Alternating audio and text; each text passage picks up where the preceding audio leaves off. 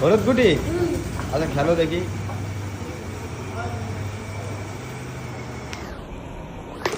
আরে এক শট মেরে 2টা গুটি খেলে দিল রাহিল।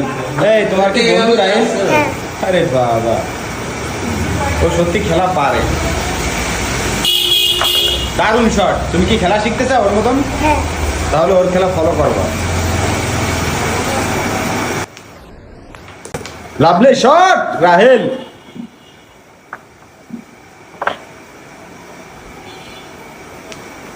দারুণ।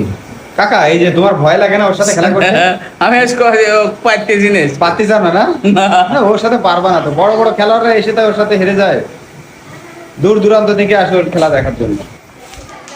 ও দারুণ শট রাহিল।